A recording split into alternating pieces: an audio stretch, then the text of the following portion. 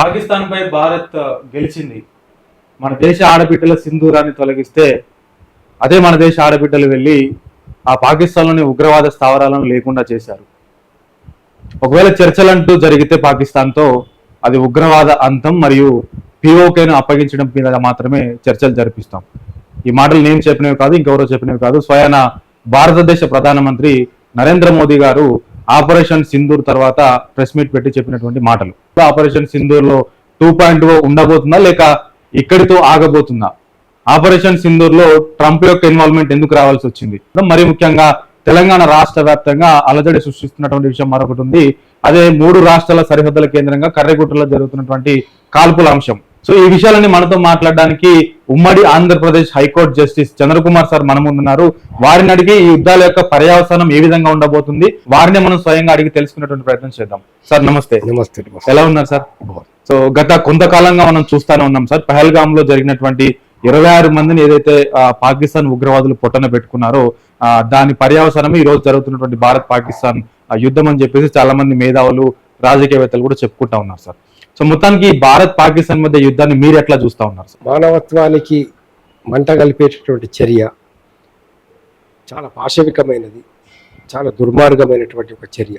అంటే వాళ్ళు ఏమి కోరుకొని ఏమి ఆశించి ఇలాంటి కార్యక్రమాలు చేస్తున్నారో తెలియదు, కానీ ఇది అంటే మానవతకే ఒక కలంకం ఇచ్చేటటువంటి చర్య. ప్రపంచంలో జరిగిన అనేక సంఘటనల్లో ఇలాంటి సంఘటనలు, వాస్తవంగా చెప్పాలంటే ఉగ్రవాదుల్ని పెంచి పోషించేటటువంటి వాళ్ళు పరమ దుర్మార్గులు అని చెప్పేసి చెప్పుకోవచ్చు.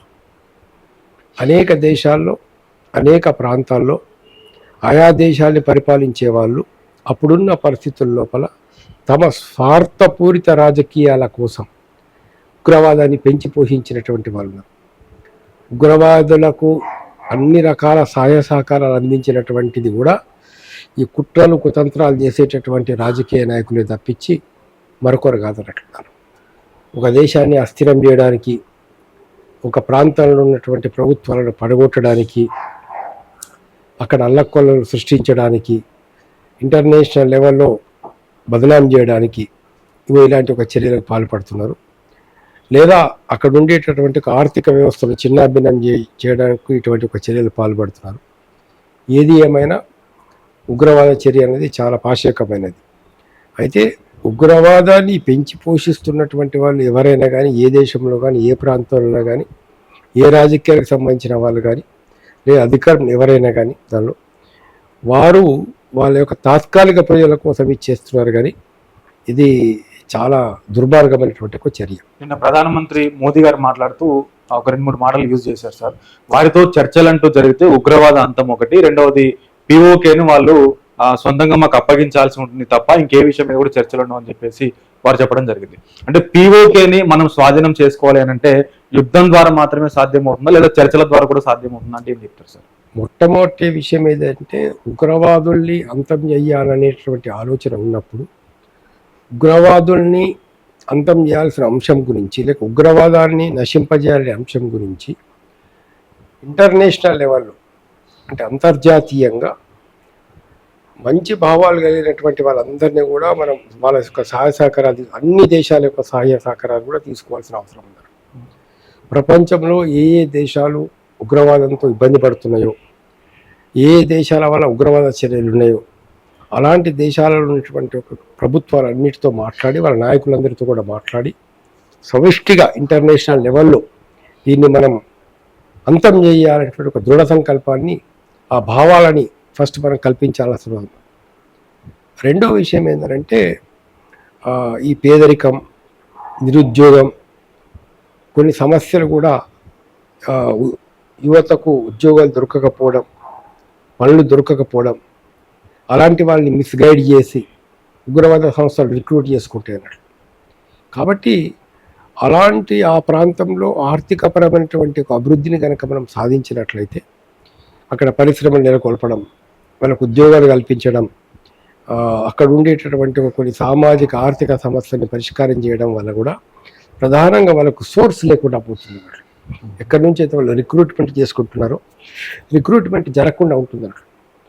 ఎటు తోచినటువంటి యువత ఏమీ తెలియని యువత, ఒక పిచ్చిలో ఉన్నటువంటి యువత, మీకు నెలకు 50,000 ఇస్తామంటే, నెలకు 1,00,000 రూపాయలు ఇస్తామంటే, ఏ ఆలోచన లేకుండా ఇలాంటి సంస్థలు రిక్రూట్ అవుతున్నారు. దీనిలో వాళ్ళ జీవితాలు నాశనం చేసుకుంటున్నారు, వాళ్ళ కుటుంబాల జీవితాలు నాశనం చేసుకుంటున్నారు, మానవ జాతికి కూడా వినాశనాన్ని కలిగిస్తున్నారు. కాబట్టి వాళ్ళు ఇటువంటి ప్రొఫెషన్లకు పోవడానికి అంగీకరించకుండా వారికి వేరే మనం ఉద్యోగాలు కల్పించడము, ఉపాధి కల్పించడము, వేరే ఆదాయ వనరులు కల్పించడము చేయాల్సిన అవసరం కూడా ఉంటుంది. అయితే భారతదేశం ఎప్పుడు కూడా యుద్ధాన్ని కోరుకోలేదు సార్, ఎప్పుడు కూడా శాంతిని మాత్రమే కోరుకుంది.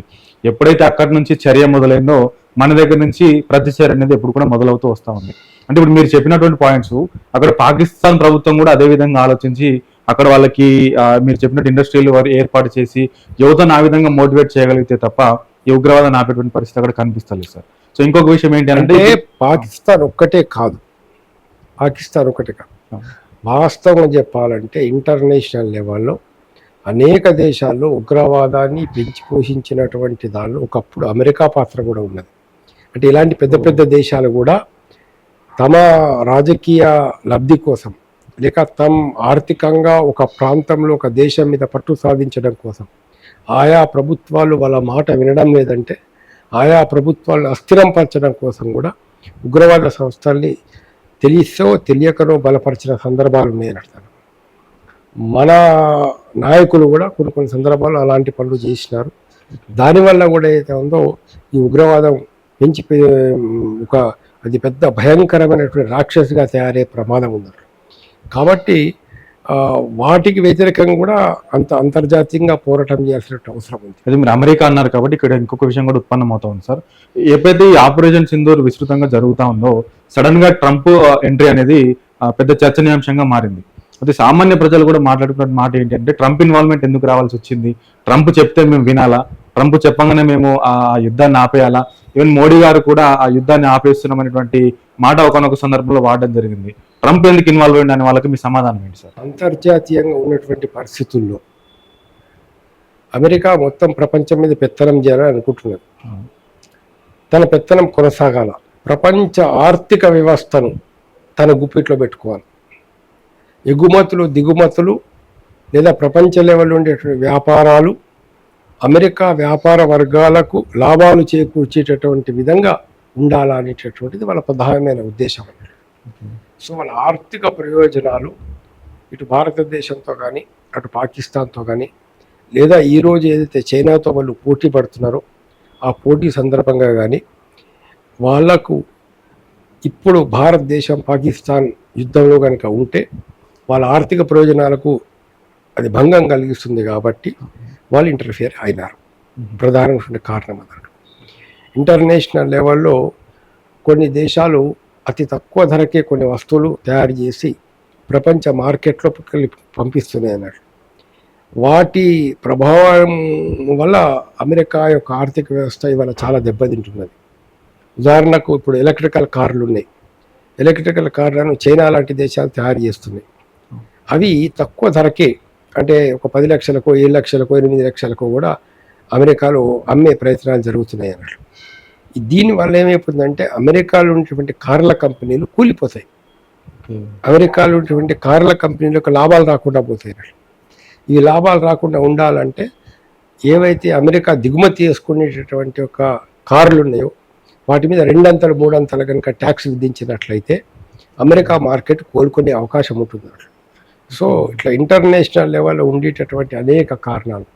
రేపు తెల్లారి ఇండియన్ మార్కెట్ ఎవరికి పోవాలా, లేదా రేపు తెల్లారి పాకిస్తాన్ యొక్క మొత్తం మార్కెట్ ఎవరికి పోవాలా, అక్కడ నుంచి దిగుమతులు ఎవరు చేసుకోవాలా, అక్కడ నుంచి ఎగుమతులు ఎవరు చేసుకోవాలి, ఈ సమస్యను ఇట్లనే వదిలిపెడితే అది చైనాకు ఆర్థికంగా భవిష్యత్తులో లాభదాయకంగా ఉంటుందా, ఇట్లా అనేక కోణాల నుంచి వాళ్ళు ఆలోచించి వీళ్ళు ఈ 2 దేశాలు తమ ఆధీనం లోపల ఉంటే అంటే తమ ప్రభావం లోపల ఉన్నట్లయితే అప్పుడు మాకు ఆర్థికంగా లాభదాయకంగా ఉంటుందనే ఉద్దేశం చేత ట్రంప్ దీనిలో ఇన్వాల్వ్ కావడం జరిగింది. చివరిగా సార్, ఈ ఆపరేషన్ సింధూర్ ద్వారా భారతదేశం యొక్క బలగాలు ప్రపంచ దేశాలకు అర్థమయ్యాయి అంటే మీరేమంటారు సార్? ఉగ్రవాదుల యొక్క స్థావరాలు నాశనం చేయాలి, లేదా ఉగ్రవాదుల యొక్క అన్నీ మట్టు పెట్టాలి. దానికి వీళ్ళు చాలా సమర్థవంతంగా మన సైన్యం కానీ త్రివిధ దళాలు కానీ వైమానిక దళం కానీ ఒక మేరకు నావికా దళం కానీ మిసైల్స్ ప్రయోగించడం లోపల ఇది చాలా పెద్ద ఎత్తున సక్సెస్ఫుల్గా జరిగింది. కాబట్టి ఇది భారత ప్రజల విజయం అని చెప్పేసి మనం చెప్పుకోవచ్చు. ఇప్పుడు ఎన్నో ఎయిర్పోర్ట్లు మూతపడ్డాయి, 2 రోజులు కావచ్చు, 3 రోజులు కావచ్చు. ఎన్నో ఫ్లైట్లు క్యాన్సిల్ అయిపోయినాయి. ఫ్లైట్లు క్యాన్సిల్ అయిపోతే వాస్తవంగా అక్కడ ఎయిర్పోర్ట్లో పనిచేసేటువంటి క్యాబ్ డ్రైవర్లకు ఆదాయం పోతుంది. వాళ్ళకు ఎయిర్పోర్ట్లో పనిచేసే చిన్న చిన్న పెద్ద పెద్ద హోటల్స్, రోడ్ సైడ్ హోటల్స్తో సహా అక్కడ ఉండేటువంటి మొత్తం బిజినెస్ అంతా కొలాప్స్ అయిపోతుంది. అనేక ప్రాంతాల్లో వ్యవసాయం దెబ్బతింటుంది. ఆ ప్రాంతాల్లో లేదా ఒక గ్రామ ప్రజల్ని ఇంకో గ్రామానికి షిఫ్ట్ కమ్మాలంటే వాళ్ళు మూటముల సర్దుకొని షిఫ్ట్ కావాల్సిన పరిస్థితి ఉంటుంది. వాళ్ళకు తగిన క్యాంపులు, తగిన ఆహారం దొరుకుతుందా, దొరకదా, లేదా ఒక ప్రాంతం మీద బాంబులు పడ్డప్పుడు, ఒక ప్రాంతం మీద మిసైల్స్ పడ్డప్పుడు ఎంతో రకమైనటువంటి అల్లకల్లోలమైనటువంటి పరిస్థితులు వస్తాయి. సో ఆర్థిక వ్యవస్థ కుదేలైపోతుంది. ఇది యుద్ధాలుని నివారించడం అనేటటువంటిది మటుకు చాలా సరైనటువంటి చర్యనే. తను భారతదేశం కానీ, పాకిస్తాన్ కానీ, ఏ దేశమైనా కానీ, అది అమెరికా సలహాతో చేసినా, ఎవరి సలహాతో చేసినా కూడా యుద్ధాన్ని నివారించడం అనేటటువంటిది మటుకు చాలా సరైనటువంటి ఒక చర్యనే, మంచి చర్యనే. ప్రాణాలు పోకుండా ఉండడానికి మనం ఏం చేయాలో అవన్నీ చేయాలా. అందులో భాగంగానే యుద్ధాన్ని నివారించడం అది మటుకు ప్రభుత్వం చేస్తున్నది మంచి చర్య. నిజంగా సార్, మీరు చెప్పిన దాంట్లో నుంచి నేర్చుకోవాల్సినటువంటి అంశం ఏంటి అని అంటే, ఇప్పుడు అంటే సామాన్య ప్రజలు, ఇప్పుడు దేశభక్తి ఎక్కువగా ఉన్న వాళ్ళు అనుకునేటువంటి మాట ఏంటి అంటే, యుద్ధం చేస్తే బాగుండు, పాకిస్తాన్ మొత్తాన్ని మా వాళ్ళు ఆక్రమించుకొని తీసుకొస్తే బాగుండు, ఎందుకు ఆపారని చెప్పేసి చాలా మంది అనుకుంటా ఉంటారు. కానీ మీలాంటి వాళ్ళు కావచ్చు, ఈవెన్ నిన్న మొన్న భారత ఆర్మీ మాజీ చీఫ్ కూడా మాట్లాడారు సార్. యుద్ధాలంటే ఏమనుకుంటున్నారు, అసలు సినిమాల్లో జరిగేటువంటి తంతుల్లాగా ఉంటాయి అనుకుంటున్నారా? దానివల్ల జరిగేటువంటి నష్టం చాలా సంవత్సరాలు కూడా కోలుకోలేని విధంగా ఉంటుంది. సో కాబట్టి మీరు చెప్పినట్లే యుద్ధాలు అనేది ఎంతవరకు ఆపితే అంతవరకు మంచిదనేటువంటి అభిప్రాయం కూడా అందరి నోట్లో కూడా వస్తూ ఉంది సార్ ప్రస్తుతానికి. ఇప్పుడు 2వ ప్రపంచ యుద్ధ టైంలో అయిపోయిన తర్వాత అనవసరంగా, అవసరం లేకుండానే అమెరికా వాళ్ళు హీరోషిమా, నాగాసాకి మీద బాంబులు వేశారు, అణుబాంబులు వేశారు. ఇప్పటికీ అక్కడ పుట్టేటువంటి పిల్లలు వికలాంగులుగా పుడుతున్నారు. ఇప్పటికీ అక్కడ సరైనటువంటి పంటలు పండవు. మరి ఆ టైంలో లక్షలాది మంది చనిపోయారు, లక్షలాది మంది శవాలు, ఎక్కడ శవాలు, గుట్టలు గుట్టలుగా శవాలు దాని లోపల.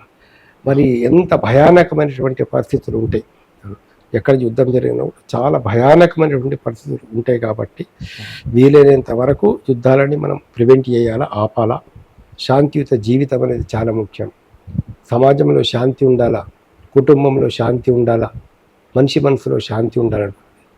పగ ఎప్పటికైనా పగని పెంచుతుంది, ద్వేషం ద్వేషాన్ని పెంచుతుంది. హత్యలు చేసిన తర్వాత దానికి అంటే ప్రతిచర్య, రియాక్షన్ ఎక్కడైనా ఉంటుంది దీని లోపల. కాబట్టి వాటిని నివారించడమే మానవుల యొక్క ధర్మం. ఇప్పుడు కరగొడ్డల అంశం ఒకసారి మాట్లాడదాం సార్. దానికి సంబంధించి ఆ కాల్పులను విరమించుకున్నటువంటి క్రమంలో ఏర్పడేటువంటి శాంతి చర్చలు అనేటువంటి కమిటీలో మీరు ముందు వరుసలో ఉన్నారు సార్ వాస్తవానికి కూడా. అయితే శాంతి చర్చల కమిటీకి అందరూ కూడా అనుకుంటున్న మాట ఏంటి అని అంటే, అటు మావోయిస్టు పార్టీ నేతలతో కానీ, ఇటు మీరు పోలీసు బలగాలతో కానీ, లేక ప్రభుత్వంతో కానీ శాంతి చర్చల కమిటీ ఏమైనా చర్చలు జరుపుతా ఉందా? ఇది ఎంతవరకు వెళ్తా ఉందంటే ఏం చెప్తారు సార్? ఇప్పుడు నేను ఇందాక చెప్పినటువంటి విషయాల ప్రకారమే మేము చూసినాం, చాలా సంవత్సరం చూస్తున్నాం. అనేక మంది చనిపోతున్నారు మావోయిస్టుల యొక్క కాల్పుల వల్ల కానీ, పోలీసుల యొక్క కోంబింగ్ ఆపరేషన్ వల్ల కానీ. అనేక గిరిజన గ్రామాలు దాదాపు నిర్మానుష్యం అయిపోతున్నాయి. అక్కడ వాళ్ళు గిరిజనులు అడవిలోకి వెళ్ళి పని చేసుకోలేకపోతున్నారు. కట్టెలు కొట్టుకోవడానికి పోయిన వాళ్ళు కూడా కాల్చి చెప్పబడుతున్నారు అనేక సందర్భాలలో. గూడాల మీద ఫైరింగ్ జరిగినప్పుడు 6 నెలల పాపలు కూడా చనిపోయిన సంఘటనలు ఉన్నాయి, మహిళలు చనిపోయినటువంటి సంఘటనలు ఉన్నాయి. దీనిలో ఇది ఏంటంటే ఒక భయంకరమైనటువంటి ఒక వాతావరణం అక్కడ క్రియేట్ అవుతున్నది. మావోయిస్టులు పోలీస్ ఇన్ఫార్మర్ల పేరుతో వాళ్ళకు కొంతమందిని చంపుతున్నారు ఇక్కడ. సరే, కోంబింగ్ ఆపరేషన్స్ జరుగుతున్నప్పుడు అలాంటి వాళ్ళు చేయడానికి పూనుకుంటున్నారు తమ రక్షణ కోసమో దేనికోసమైనా కావచ్చు. కానీ అది కూడా సరైనటువంటి ఒక పద్ధతి కాదు. ప్రపంచంలో అన్నిటికంటే విలువైనది ప్రాణం. పదే పోతే మళ్ళీ వస్తుంది, ఇల్లు కూలిపోతే మళ్ళీ కట్టించుకోవచ్చు మనం, కానీ ప్రాణం పోతే రాదు. కాబట్టి ఇవన్నీ ఆలోచించి మేమేం చెప్తున్నామంటే చంపుకోవడం ఆపండి. ఓకే. ఒకరినొకరు చంపుకోవద్దు, ఒకరి మీద ఒకరు ఆయుధాలు ప్రయోగించద్దు, మీరు అట్లీస్ట్ తాత్కాలిక విరమణ పాటించి మీరు ఒకరితో ఒకరు చర్చలు జరపండి అని మేము నిర్ణయం చేసినాం. నిర్ణయం చేసి మా నిర్ణయాన్ని పత్రికాముఖంగా అందరికి కూడా చెప్పినాం. ప్రతి ఒక్కరికి కూడా ఈ విషయం లోపల మీరు ఆలోచించండి, ఒక మానవులుగా ఆలోచించండి, ఒక మానవత్వం ఉన్న వాళ్ళుగా ఆలోచించండి. పిలిపించిన తర్వాత మావోయిస్టులు ఏమన్నారు, మేము కాల్పులు జరపము, మేము శాంతి చర్చలకు సిద్ధమే, మేము మాట్లాడడానికి వస్తాం, మాతో మాట్లాడండి అని అంటున్నారు వాళ్ళు. మేము ఆయుధాలు కింద పెట్టే వస్తారు కదా వాళ్ళు, ఆయుధాలు పట్టుకొని రారు కదా చర్చలకు వచ్చినప్పుడు, ఆయుధాలు పక్కన పెట్టేసి వస్తారు. మరి మాట్లాడు వాళ్ళతో. వాళ్ళు ఏమంటున్నారు, వాళ్ళు స్వార్థం కోరుతున్నారా, బిల్డింగ్లు కావాలంటున్నారా, ఆస్తులు కావాలంటున్నారా, రాజకీయ పదవులు కావాలంటున్నారా, డబ్బు కావాలంటున్నారా? మరి వాళ్ళు ఏమడుగుతున్నారో చూడు. వాళ్ళు ఎవరి బతుకులు బాగుపడాలని ఏమైనా డిమాండ్స్ పెడితే అది న్యాయమైన డిమాండ్స్ అయితే, సరైన డిమాండ్స్ అయితే, దేశానికి ఉపయోగపడే డిమాండ్స్ అయితే, ఆదివాసులకు ఉపయోగపడే డిమాండ్స్ అయితే న్యాయంగా ఉంటే వాటిని మీరు ఆమోదించండి. లేకపోతే మేము ఇక్కడ డిఫర్ అవుతున్నాం, ఇది చేయగలము చేయలేమని చెప్పండి. అక్కడ అది చర్చించండి. ఫస్ట్ చర్చించి మీరేమంటున్నారు, వాళ్ళు శాశ్వతంగా ఆయుధాలు వదిలిపెట్టి రావాలని చెప్పేసి మీరు అంటున్నారు. అదే ప్రపోజల్ వాళ్ళతో పెట్టండి. మీరు రండి, మీరు కూడా మొత్తం ఆయుధాలు మొత్తం శాశ్వతంగా వదిలిపెట్టేసి మీరు జనజీవన స్రవంతిలోకి రండి, ప్రజా జీవితంలోకి రండి అని మీరు వాళ్ళతో చెప్పండి. దానికి వాళ్ళు ఏమంటారో చూద్దాం, వాళ్ళు ఏం కండిషన్స్ పెడతారో చూద్దాం. ఒక 50 ఏళ్ళ నుంచి ఉన్నటువంటి చరిత్ర కదా, ఈ రోజుది కాదు, ఆ రోజుది కాదు, దాదాపు 1969, 70లో మొదలైనటువంటిది ఇది. ఇప్పటికీ దాదాపు 55 ఏళ్ళు అయిపోయింది. మరి ఎంతమంది చనిపోయారు, ఎంతమంది మావోయిస్టులు చనిపోయారు, ఎంతమంది పోలీసులు చనిపోయారు, ఎంతమంది ఇప్పుడు నిన్నగాక మొన్న ఇప్పుడు చూడండి, వాళ్ళు గ్రేహౌండ్ చెందిన వాళ్ళు 3 చనిపోయారు. వాళ్ళ కుటుంబాలు ఎంత బాధ ఉంటాయి, ఎంత ఇబ్బందిగా ఉంటుంది. మేము వాళ్ళ కుటుంబాలకు ప్రగాఢ సానుభూతి మేము తెలియజేస్తున్నాం. ఇది సరైన పద్ధతి కాదు. వాళ్ళు చర్చిస్తాము అని చెప్పినప్పుడు, ఆయుధాలు కింద పెడతాము అని చెప్పేసి వాళ్ళు చెప్పినప్పుడు, ప్రభుత్వం యొక్క బాధ్యత వాళ్ళని పిలిచి కూర్చోబెట్టుకొని మాట్లాడి అన్కండిషనల్గా, వాళ్ళు కండిషన్స్ పెట్టద్దు చర్చలకు రావడానికి, మీరు కండిషన్స్ పెట్టకండి. వచ్చిన తర్వాత కండిషన్స్ వాళ్ళు ఇది పెట్టేది మీరు వినండి, మీరు చెప్పేది వాళ్ళు వింటారు. మీ చర్చలలో ఏదైనా ప్రతిష్టంభన ఏర్పడితే, మీ చర్చలలో ఏదైనా ఒక పాయింట్ మీద మీకు అగ్రిమెంట్ కాలేకపోతే మాలాంటి వాళ్ళని అడగండి. మాకేదైనా తోస్తే మేము వాళ్ళకి నచ్చ చెప్పే ప్రయత్నం చేస్తాం, ఇటు మీకు నచ్చ చెప్పే ప్రయత్నం చేస్తాం.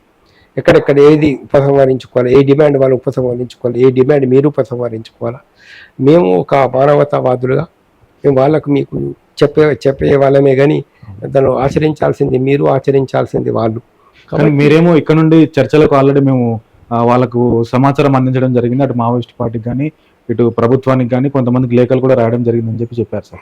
వారి దగ్గర నుంచి మీకు ఎటువంటి సమాధానం వచ్చింది? మావోయిస్టుల నుంచి సమాధానం వచ్చింది కదా, పత్రికా ముఖంగా వాళ్ళు ప్రకటించేశారు.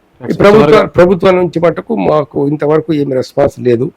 కానీ తర్వాత ఏదో కోంబింగ్ ఆపరేషన్స్ కొనసాగుతున్నాయి, అక్కడ కొనసాగినాయి. ఇప్పుడు లేటెస్ట్ వార్తల ప్రకారంగా కేంద్ర ప్రభుత్వం వాళ్ళ బలగాలు ఉపసంహరించుకున్నది. సెంట్రల్ గవర్నమెంట్ తమ యొక్క ఏదైతే ఆర్మ్డ్ ఫోర్సెస్ ఉన్నాయో అక్కడ నుంచి వచ్చినటువంటి ఫోర్స్ ఒక 20,000 సైన్యం, 30,000 సైన్యాన్ని వాళ్ళు ఉపసంహరించుకున్నారు. ఇది మటుకు చాలా సంతోషించదగినటువంటి వార్తనే. ముఖ్యమంత్రి గారిని కూడా కలిసి మాట్లాడినప్పుడు ఆయన కూడా ఇది శాంతి భద్రతల సమస్య కాదు, దీన్ని ఒక సామాజిక కోణం చూడాల్సిన అవసరం ఉన్నది, మా తెలంగాణ ప్రభుత్వం మట్టుకు సానుకూలంగానే ఉంటుంది చర్చలకు అని చెప్పేసి ఆయన కూడా చెప్పడం జరిగింది. మేము మొన్న ఢిల్లీకి వెళ్ళినప్పుడు అక్కడ రాహుల్ గాంధీని గారిని కూడా కలవడం జరిగింది. ఆయన కూడా మంచి సానుభూతితోనే మాతో మాట్లాడడం అనేది జరిగింది. నేను మా పార్టీ వాళ్ళతో మాట్లాడి, మేము ఖర్గేతో మిగతా వాళ్ళతో మాట్లాడి, మేము కూడా మీరు ఈ యొక్క ప్రతిపాదనల గురించి ఆలోచిస్తాము అని చెప్పేసి ఆయన చెప్పడం అనేది జరిగింది. ఇంకొక విషయం ఏంటంటే, ముఖ్యంగా మేము బీజేపీ వాళ్ళకు, ముఖ్యంగా ఆర్ఎస్ఎస్ వాళ్ళకి చెప్పేది ఏంటంటే, మొత్తం భారతదేశం అంతా ఒకటి అని మీరు అంటున్నారు, భారతీయులందరూ ఒకటి అంటున్నారు. నేనేమంటున్నా అంటే, భారతదేశాన్ని ఒక శరీరంగా చూడండి. మీరు అన్ని భాగాలే కదా శరీరంలో, అందరు మనుషులు శరీరంలో భాగాలే. మరి కాలుకు మనకు ముళ్ళు గుచ్చితే కళ్ళల్లో నీళ్ళు వస్తాయి, మరి కర్రగుట్టలో మనుషులు చచ్చిపోతే మన కళ్ళల్లో నీళ్ళు రావాలి కదా. నువ్వు పాకిస్తాన్తో శాంతి ఒప్పందం చేసుకుంటున్నావు, మనోళ్ళతో శాంతి ఒప్పందం చేసుకోవడానికి నీకు ఇబ్బంది ఏంటి? వీళ్ళు పాకిస్తాన్ దుర్మార్గులు కాదు కదా, టెర్రరిస్ట్ అంటే దుర్మార్గులు కాదు కదా. అందులోపల వాళ్ళు ఏవో పిచ్చి డిమాండ్లతో అనుకోరి, మంచి డిమాండ్లు అనుకోరి, ఆదివాసుల జీవితాలు బాగుపడాలా, ఏదో పేద ప్రజలకు ఏదో బాగుపడాలా, ఏదో వాళ్ళకు కొన్ని ఉద్దేశాలు కొన్ని ఆశయాలతో వాళ్ళు పనిచేస్తుండొచ్చు కొందరు. అందులో భారతీయులు కదా, మన వాళ్ళు కదా, మన ఆదివాసీలు కదా, మన ట్రైబల్స్ కదా. అందులో ఇంట్లో ఒక తమ్ముడు తప్పు చేస్తాడు, ఇంట్లో ఒక తమ్ముడు తప్పు చేస్తే తలకాయ నరికేస్తాం. అవద్ది మనం కూర్చోబెడతాం, చెప్తాం, ఇది కాదురా పద్ధతి, ఈ పద్ధతి అని చెప్పి చెప్తాం. దాని లోపల వాడికి ఏదో కోరిక ఉంటుంది, దాని లోపల సరే లేదా నీ కోరిక ఇట్లా మేము ఈ విధంగా తీరుస్తామని చెప్పి చెప్తాం. ఒక శాంతియుత వాతావరణం కల్పిస్తాం. దీని లోపల ఈరోజు అమిత్ షా గారు కానీ, కిషన్ రెడ్డి గారు కానీ, బండి సంజయ్ గౌడ్ కానీ వాళ్ళని తమ్ముళ్ళుగా భావించి, తమ కుటుంబ సభ్యులుగా భావించి, దాని లోపల మమ్మల్ని కూడా ఒక సలహాదారులుగా భావించి వాళ్ళు ఈ యొక్క సలహాలను తీసుకోవాలని చెప్పి మేము కోరుతున్నాం. మేము చంపుకోవడం వల్ల మొత్తం నక్సలిజం భారతదేశంలో లేకుండా చేస్తాము అని అనుకుంటే దాని లోపల వ్యక్తుల్ని మీరు నిర్మూలించవచ్చు. ఘర్షణ అనేది అన్యాయాలు, అక్రమాలు, అణిచివేత ఉన్నంత కాలం సమాజంలో ఘర్షణ తప్పదు. ఈ ఘర్షణ నివారించాలంటే గౌతమ బుద్ధుడి యొక్క బోధనలు మనకు బాగా పనికొస్తాయి. దోపిడీని తొలగించండి, వివక్షతను తొలగించండి, సంపూర్ణంగా ప్రజలందరికీ సమాన అవకాశాలు కల్పించండి, యువత అందరికీ ఉద్యోగాలు కల్పించండి, రైతులకు గిట్టుబాటు ధర ఇవ్వండి, దానిలో సమాజంలో ఆర్థికపరమైన ఇబ్బందులు లేకుండా చూడండి, అందరికీ ఉచిత విద్య ఇవ్వండి, అందరికీ ఉచిత వైద్యం ఇవ్వండి. సమాజంలో ఒక మంచి సమాజాన్ని మీరు నిర్మించండి. అలాంటప్పుడు ఎలాంటి ఘర్షణ సమాజంలో ఉండవు. నిజంగా సార్, మీరు చెప్పినటువంటి మాటలు చాలా మందికి స్ఫూర్తిదాయకంగా ఉంటాయి అనుకుంటా ఉన్నాను. సో వాస్తవానికి కూడా అటు ప్రభుత్వాలు కానీ ఇంకొంతమంది రాజకీయ పెద్దలందరూ కూడా మీలాంటి వాళ్ళ సలహాలు తీసుకొని, ముఖ్యంగా మీ శాంతి చర్చల కమిటీ వశిష్ఠుడిలాగా పనిచేసి వీటిని ఆపేటువంటి విధంగా కూడా కృషి చేయాలని చెప్పేసి మేము కూడా మనస్ఫూర్తిగా కోరుకుంటున్నాం సార్. చాలా ధన్యవాదాలు సార్. నిజంగా భారత్ పాకిస్తాన్ యుద్ధం గురించి కావచ్చు, కరిగుడ్డల అంశం గురించి కావచ్చు, చాలా చక్కగా వర్ణించారు. అంటే ఏం చేస్తే బాగుంటుంది అనేటువంటి దాని మీద చాలా చక్కగా చెప్పారు సార్. ఒకవేళ మీ మాటలు వింటే గనక ఖచ్చితంగా ఆ బాటలో పోతే గనక ఇమ్మీడియట్ గా ఇప్పటికిప్పుడు యుద్ధాలు ఆగిపోయేటువంటి పరిస్థితి ఖచ్చితంగా ఉంటుందని చెప్పేసి అయితే మేము ఖచ్చితంగా చెప్పగలం సార్. సో చూసారు కదా, ఇది మరి జస్టిస్ చంద్రకుమార్ సార్ మనతో చెప్తున్నటువంటి విషయాలు. దాదాపుగా భారత్ పాకిస్తాన్ రెండు దేశాలు మాత్రమే కాదు, ప్రపంచంలో ఉన్నటువంటి ఏ దేశమైనా సరే యుద్ధాన్ని కోరుకుంటే దానివల్ల వచ్చేటువంటి ప్రయోజనం ఏమీ కూడా లేదు. దాని ద్వారా ఆర్థిక నష్టం జరగవచ్చు, ప్రాణ నష్టం జరగవచ్చు, ఇంకా నష్టాలు జరుగుతూనే ఉంటాయి తప్ప దానివల్ల వచ్చేటువంటి ప్రయోజనాలు ఏమీ కూడా ఉండవని చెప్తూనే ఇటు కర్రెగుట్టల్లో కూడా శాంతి చర్చల ద్వారా వీటిని త్వరగా ఆపితే మంచిది. అమాయకులైనటువంటి ఆదివాసీ బిడ్డలు కావచ్చు, ఇటు పోలీస్ సోదరులు కావచ్చు కోల్పోతా ఉన్నారు, వాటి కుటుంబాలు రోడ్డున పడతా ఉన్నాయి. కాబట్టి ఎంత తొందరగా వీలైతే అంత తొందరగా ఈ శాంతి చర్చల కమిటీ ద్వారా దీన్ని ఆపండి, నివారించండి అని చెప్పేసి వారు ప్రభుత్వాలకు కూడా అటు సూచన చేస్తూ ఉన్నారు. చూద్దాం, మరికొన్ని విషయాలతో నేను మీ ముందుకు వచ్చేటువంటి ప్రయత్నం చేస్తాను. అంతవరకు చూస్తూనే ఉండండి వాయు న్యూస్.